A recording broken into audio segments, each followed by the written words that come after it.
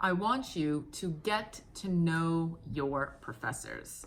And whenever possible, get to know one or two or a handful well.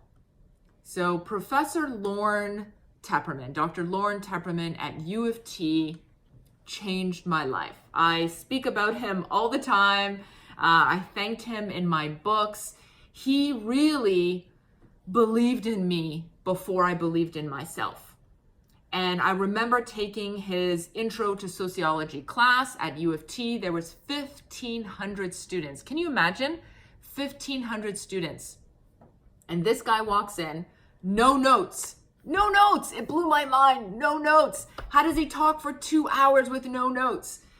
And I loved his demeanor, and I loved how he was cracking jokes and he was trying to calm everybody down because so many first-year students were just so nervous. You could feel the nervous energy. And I immediately just connected with him. And I took every course he ever taught, regardless of whether I was interested in the material or not. I liked how he taught. And then what I did is I worked so hard in all of his courses. And I always volunteered for stuff, and I was always trying to answer questions, even if I was wrong. What I did to get to know him was get out of my comfort zone. I got out of my comfort zone and I took a risk, and I raised my hand and I answered questions, even if I was way off base. And in a lot of his courses, he had us do presentations. And I always loved that because it was an opportunity for me to stand out. I would go see him during office hours. I would speak to him before and after class, and I got to know him.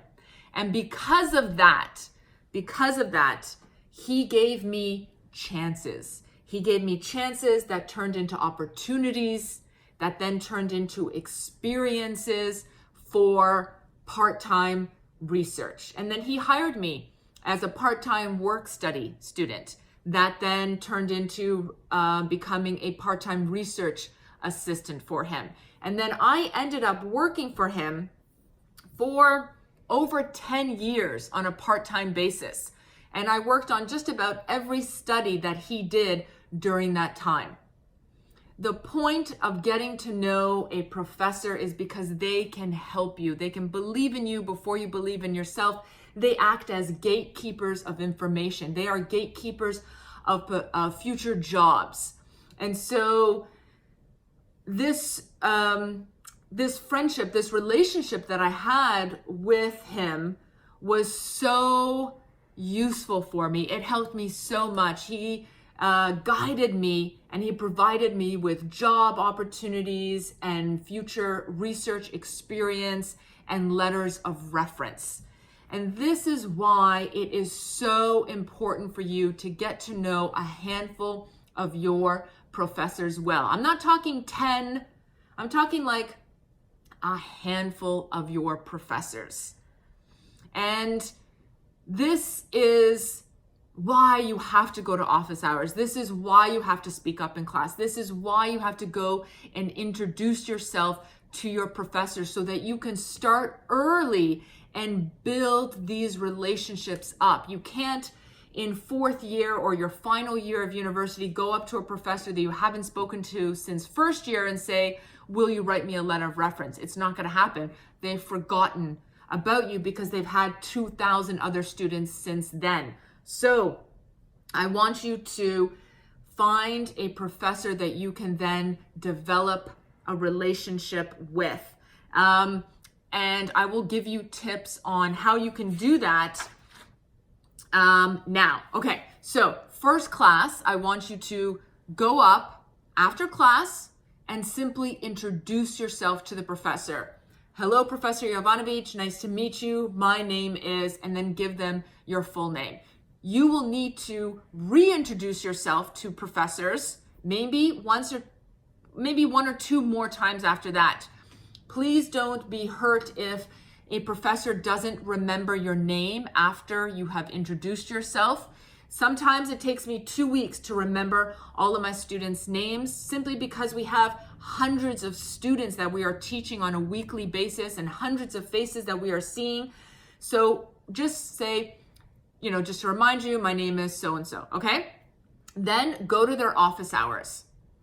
Sometimes you may see an article that you think is relevant or that your prof may like. Send that to them. Maybe you have a TED Talk that you've just liked, you've listened to, you think it would be relevant for the course or that your prof may like. Send that to them. This is not something that you have to do every single week. This is just something that you're going to, it's like watering a garden, tending to a garden. You've got to plant a seed, that's the initial introduction, and then you've got to water it in order for it to grow and in order for it to sustain itself. So you want to have multiple points of contact. I still, to this day, have students who will send me a text or send me an email and they'll say, I saw this book at the library, I saw this book at the bookstore, I totally thought of you, or I just saw this great video and I remembered our course, and they'll send it to me. This is something that can have a long sustaining benefit for both of you. So get to know your professors. This is such an important thing for you to do. And I know it can be scary and unnerving and a little nervous at first, but if you can find that one prof, even just that one prof that you connect with, that can make a difference to you, that you can go to and say, I messed up, I don't know what to do, I need your help. They can help calm you down, de-stress you, and give you some words of wisdom. Maybe they can eventually hire you on a research project. Maybe you'll start off on a volunteer basis. Maybe you'll start off just at minimum wage. Maybe it's just a few hours a week. But if you can find that one prof that can really, truly make your college or your university experience better, it is worth it. Put in the time and the effort to create a new friendship.